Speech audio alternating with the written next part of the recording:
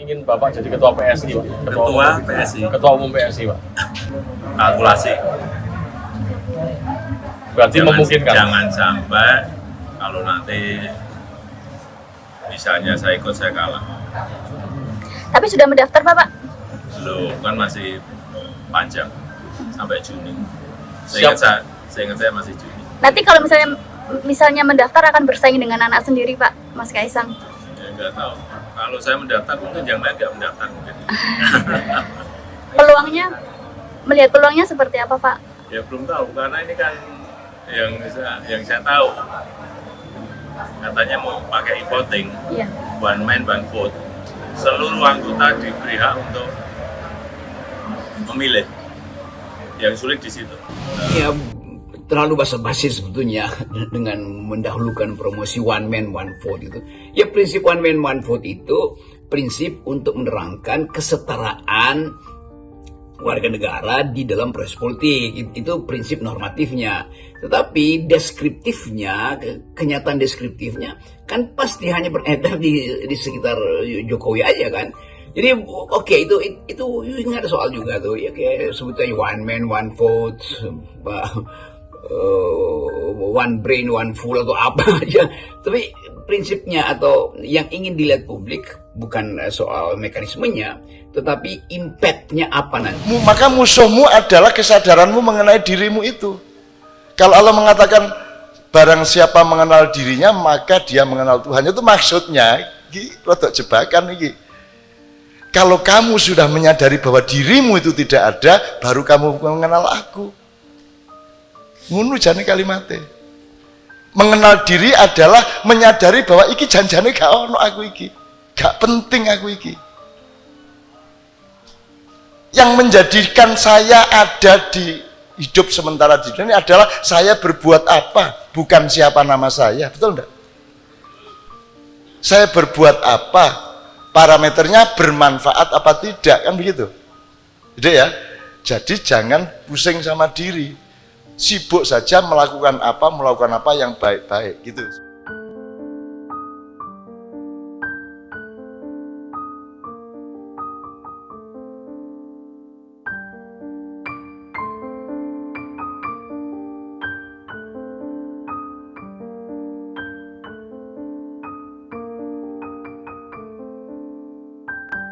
Jadi nek Jawa itu ada kakang kawah, ada adik ari-ari. Jadi dirimu yang ini itu tidak sendirian, ada dirimu yang lain yang nonton kamu. Jadi kalau kamu baca puisi tadi ya, itu ada dirimu yang baca puisi, ada dirimu yang di belakangmu yang lihat kamu baca puisi, ada yang dirimu yang lain yang nonton kamu baca puisi. Itu kalau Jawa.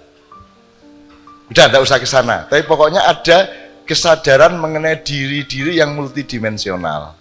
Ya, nah sekarang kalau saya tanya, ini tanganku ini aku apa bukan? Bukan. Oke. Ini hatiku ini aku apa bukan? Kan kalau ngomong hatiku berarti ada yang ngomong hatiku, ada yang ngomongku. Jadi kan hatiku bukan aku, ini diriku. Nah diriku itu aku apa tidak? Apa bukan? Kan bukan toh? Nah jadi sudah, kamu jangan sibuk sama diri, bingung sendiri kamu nanti.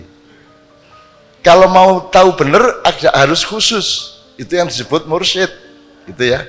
Kok gendeng nganggur kan?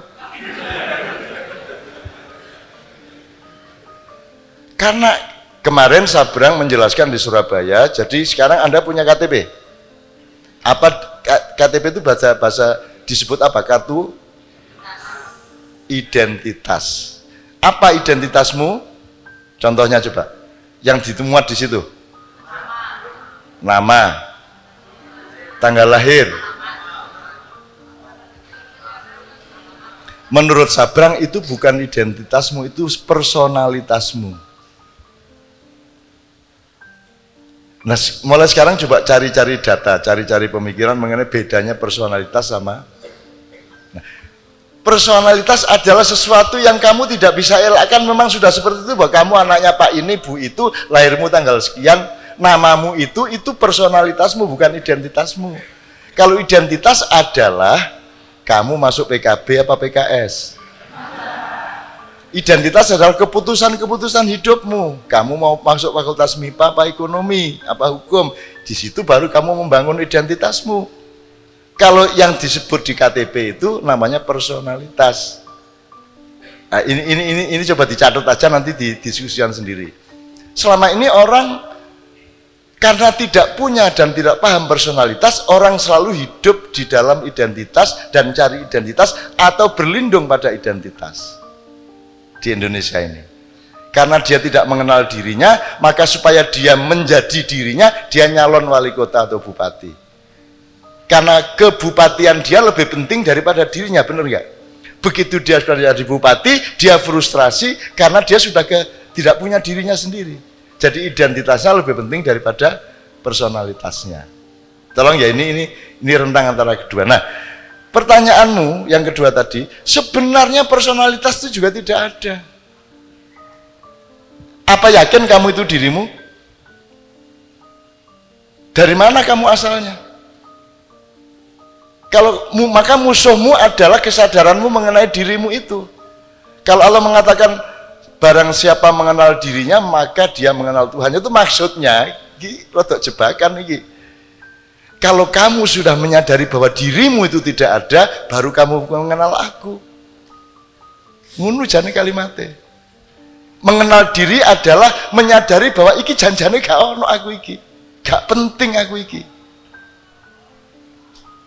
Yang menjadikan saya ada di hidup sementara di dunia ini adalah saya berbuat apa, bukan siapa nama saya. Betul enggak?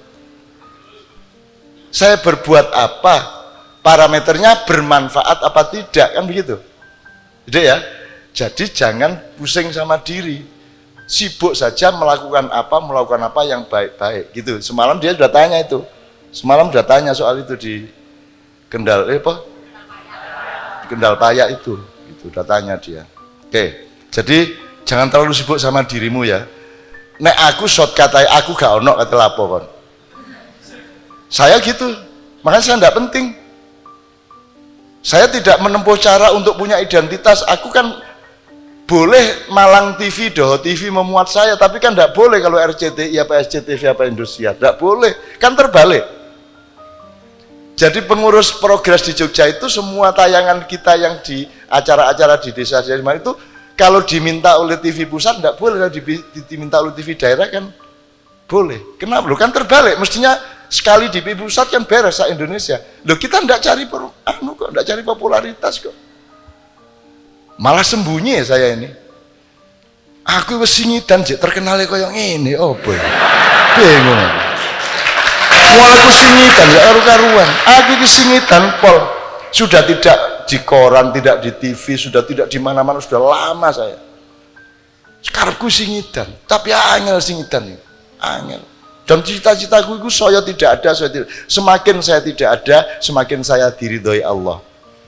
Karena nanti kita kan akhirnya ilaihi rojiun. Kalau ilaihi rojiun itu artinya engkau menyatu dengan Allah. Maka menyatu itu bahasa Islamnya adalah tauhid. Tauhid adalah penyatuan. Gini Dik, kamu menyembah Tuhan. Utawa wong teater ya. Anda pernah mementaskan apa? Sakera, Hamlet, jaluk siji ya. Tahu mementaskan apa? Apa?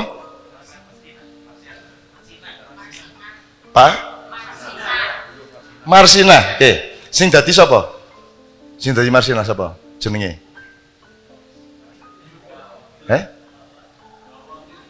Jenenge arek wedoke. Hawa. Iya Dek. Hawa. Ya Hawa itu aku seneng, jeneng paling seneng karena kalau Hawa itu jelas semangat. Hawa.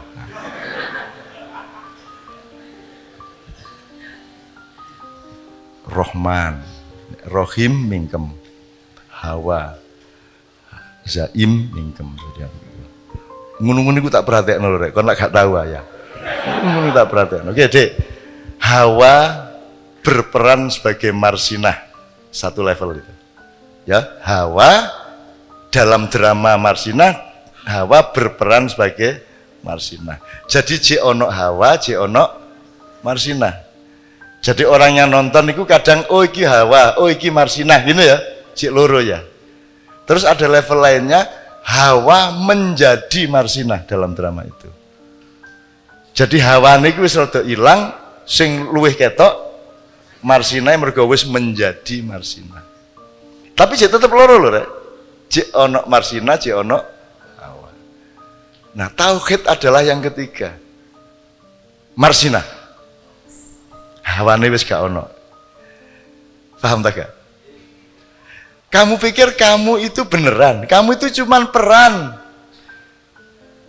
di dunia ini, panggung sandiwara. Toh? Piye? Kalimat kan masing-masing. Terus ada peran toh. Hidupmu itu cuma peran, kamu jangan pikir kamu itu beneran diri, kamu itu cuma peran sebentar. Berapa lama? Ya tanya sendiri sama saudaranya. Kalau Nabi Muhammad cuma dikasih 63 tahun. Terus Anda pikir Nabi Muhammad sekarang di mana? Wis gak ono ngono. Itu cuma drama 63 tahun. Referennya puncaknya 23 tahun mek drama iki kon mek main drama ojo nemen-nemen alemu cinta nang awakmu dhewe iku. Dadi nek kon mikir ngono gampang, klambi sak elek-elek gak masalah, bojo rada merongos-merongos sithik gak masalah. Ngono, Dek. Ya. Oke ya, jadi diri itu jangan terjebak. Sudah konsentrasi Allah sama perbuatan baik. Udah itu tok. Nanti dirimu akan cetha welo-welo bahwa ternyata engkau adalah Allah, sebenarnya seperti itu. Tapi teman-teman iki sekarang mendidik anak ya. Adzan. Gak apa-apa ini. Bismillahirrahmanirrahim. Ini juga sunnah saja. Jadi yang penting Anda menghormatinya. Dan itu kan tidak di ruangan ini adzan nih. Nek ono sing adzan ndek kene, ono sing dhisik iku gendeng jenenge. Nek adzan ndek kono itu kita menghormatinya di dalam hati kita. Sebab nek dituruti mari krungu ndek kono, aku krungu sing ndek Kediri. Mari ngono mari Kediri, Madiun ya krungu adzane. Mari Madiun, Purwokerto, Jakarta, Sri Lanka krungu terus. Diskusi ning ngene ngenteni katanya. Wong adzan di seluruh dunia ya terdengar terus ya. Ngono ya rek ya. Rada ngelu meneh iki, tak dudu sing gak gawe iki. Oke. Ndak mendidik anak itu saya ndak bisa, Dik. Ndak bisa mendidik anak. Yang namanya mendidik anak itu adalah kita mempelajari Tuhan maunya apa. Dia itu siapa? Itu kita kuntit terus. Yang namanya rampak itu tak kuntit terus, ini siapa, dan takjub saya luar biasa kepada Allah gitu loh. Gusti Allah enggak ya apa koyo ngene iki. Arek iso koyo ngene iki ya apa. Jadi anak saya itu di sekolahnya dia setiap tahun mendapat piala keteladanan. Kok teladan piye? Dia adalah anak yang sangat berdisiplin, padahal nakal. Loh kok iso kon oleh piala disiplin? Apa? Ya enggak sih. Itu tak enggak sih, itu kan juga istilah saja, dia bilang gitu. Terus prakteknya kamu gimana di sekolah kok bisa dapat piala kedisiplinan? Guru-gurunya mengatakan, oh rampak itu anak yang berperan di sekolahannya. Dia bukan rampak. Dia ngemong teman-temannya. Dia tidak pernah emosional, dia selalu ngalah, dia selalu menjaga keseimbangan. Jadi nek konco-koncone ku ngomong, wah rampak itu pahlawan kebenaran gitu. Wah cilik-cilik yuk ngomong. Tapi saya juga tidak boleh gede-gedein rampak, tidak boleh juga, jangan juga GR-GR sama anak kita. Cuman anak ini memang oleh Allah memang dipasang untuk sesuatu yang sedang saya cari terus-menerus. Jadi jangan meminta anakmu jadi rampak. Sebab rampak itu juga tidak sama dengan saya, tidak sama dengan Sabrang, tidak sama dengan siapapun. Allah punya maksud, kita teliti terus tiap hari. Jadi jangan mencetak anak, yang penting kita teliti Tuhan maunya apa sama anak ini. Pertanyaan-pertanyaannya yang terakhir kan kemarin ibunya pergi ke Australia 10 hari, kan saya punya waktu sama rampak ngobrol, berdiskusi macam-macam, dan selama 10 hari sama saya itu tidak ada anak kecilnya sama sekali. Dia bukan anak kecil sama sekali, segala sesuatunya runding, semua gampang. terus tak colong-colong nilai-nilai yang mendasar-mendasar. Terus kemarin begitu ibunya datang, dia berangkat sekolah, saya tanya, Pak, sip ya kita kemarin kan diskusi banyak nih.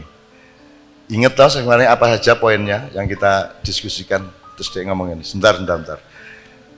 Saya sedang mendaftari ayah ini, sebenarnya yang dimaksud ini ceramah yang nomor berapa ya? Asu ya. Ceramah nomor berapa jadi aku iki digadulinan karo dhek. Oh ya iki bapakku ceramah ya wis tak rungokne. Iki nomor saene ngono aku. Dadi dhek iki selalu lebih tua dari orang yang berkomunikasi dengan dia. Gitu. Nah, itu Allah. Konsepnya ke Allah, jangan ke dia. Karena Allah itu mentakdirkan sesuatu, itu namanya personalitas, itu ditentukan oleh Allah. Kamu nyari, kamu meneliti, karena si Rampak dan anak-anak siapapun sebenarnya mereka sedang berproses meneliti siapa dirinya. Dan Rampak itu peneliti yang luar biasa atas dirinya. Sebentar, aku ini masih takut loh sama hantu. Bentar, aku masih takut loh. Dia ngomong ngono. Nah, kalau gitu kita analisis, yang kamu takut itu hantu apa konsepmu tentang hantu? Terus kayaknya sebenarnya yang saya takuti itu konsepku sendiri. Dia ngomong ngono kuwi. Dadi dhek wis iso analisis ngono iku, Dik. Nah, ajarilah dia berpikir jernih, punya analisis yang ojo GR, ojo minder. Jangan digedek-gedekno, ojo di autis-autisno sak piturute gitu ya. Oke. Yang terakhir. Semalam dia tanya nih, ya arek ganteng guni biyen mau bengi takon. Kalau di kampus itu kita tidak mendapatkan ngono ta? Kita wis sambat lah soal kuliah di kampus. Susah menemukan nasionalisme, menemukan apa?